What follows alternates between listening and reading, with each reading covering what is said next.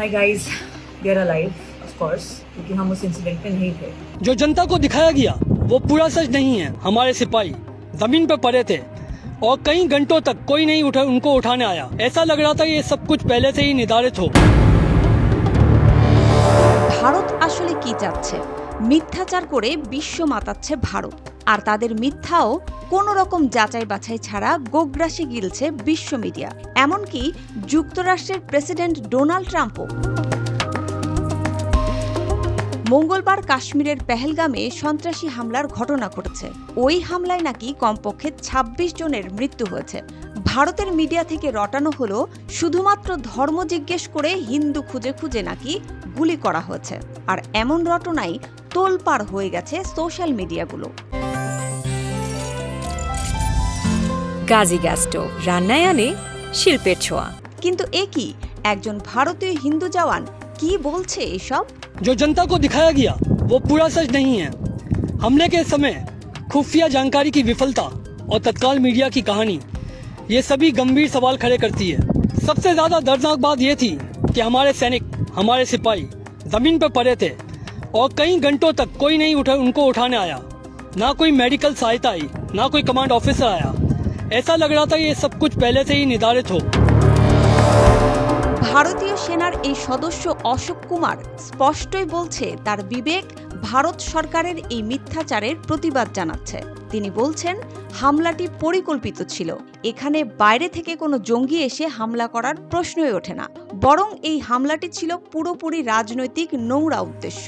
এর মধ্যে এক নবদম্পতির ছবি সোশ্যাল মিডিয়া জুড়ে ভাইরাল হয়ে গেছে। বিয়ের পর তারা পেহেলগামে গিয়েছিল হানিমুনে, আর তখনই এই হামলায় স্বামীটি নাকি মারা যায়। এমন ঘটনায় সয়লাভ গোটা সোশ্যাল মিডিয়া। কিন্তু একদিন পরেই ভূতের মতো ফেসবুক লাইভে হাজির হন সেই নবদম্পতি। নিজেরাই বলছেন আমরা মারা যাইনি, আমরা বেঁচে আছি। Hi guys, we are alive, of course, क्योंकि हम उस इंसिडेंट में नहीं थे। But I don't know how कौन सी मीडिया ने कहाँ से सारे न्यूज़ चैनल पे सिर्फ हमारी वीडियो वायरल हो रखी है, स्टेटिंग कि हम लोग we are the navy, he is the navy person, he is the officer in it and I am his wife.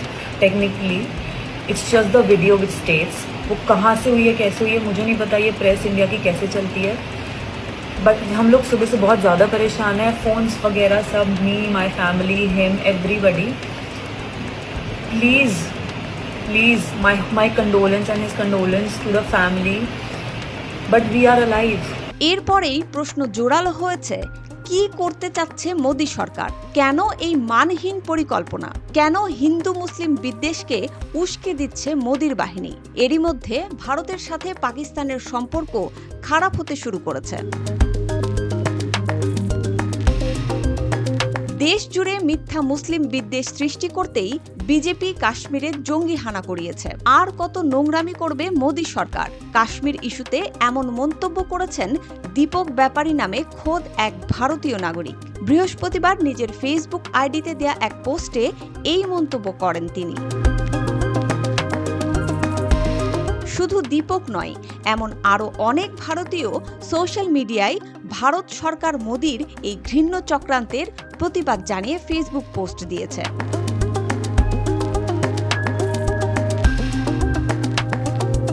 Pahalgam ট্র্যাজেডির পর প্রত্যাশিতভাবেই ভারত জুড়ে তীব্র মুসলিম বিদ্বেষের চাষ শুরু হয়েছে। ভারতের একটি বিশ্ববিদ্যালয়ের নোটিশ বোর্ডে লিখে রাখা হয়েছে কুকুর এবং মুসলমানদের প্রবেশ নিষেধ। এই বিদ্বেষের আগুন আরও বাড়াতে চায় মোদী সরকার। তার আরও সুস্পষ্ট প্রমাণ হল ভারতের সংবিধানে যাই থাক, নরেন্দ্র মোদীর ভারত একটি হিন্দু রাষ্ট্র। এটি প্রমাণে প্রাণপণ চেষ্টা করে যাচ্ছে মোদীর বাহিনী।